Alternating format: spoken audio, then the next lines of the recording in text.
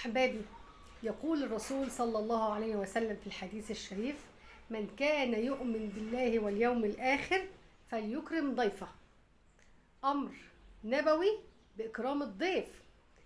وفي القرآن الكريم لما جم الضيفان الملائكة لسيدنا إبراهيم فجاء إليهم بعجل حنيذ، عجل سمين. إكرام الضيف في القرآن والسنة. الله سبحانه وتعالى هيسيب الإنسان الكريم اللي بيحب يكرم الناس، والله هو أكرم الأكرمين، يصفح عن الناس ويعفو عنهم ويكرمهم.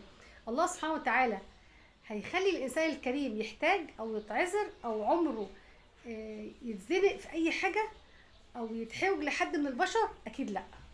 اكرموا الناس يكرمكم الكريم، هو أكرم منا. إحنا بنحب الكرم وبنحب صفة الكرم وبنحب نكرم الناس. الله الكريم مش هيكرمنا؟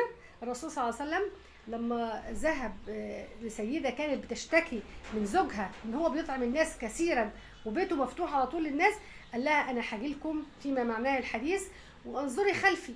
الرسول بعد ما اكل عندهم وهو خارج نظرت خلفه وجدت الحيات والعقارب تخرج خلفه. الضيف زي ما بنقولها بالبلدي كده، الضيف بيخرج بذنوب اهل البيت. اكرموا الناس يكرمكم الكريم. ما تنسوش لو سمحتوا تكرمونا باللايك وبالاشتراك في القناة. اشوفكم على خير.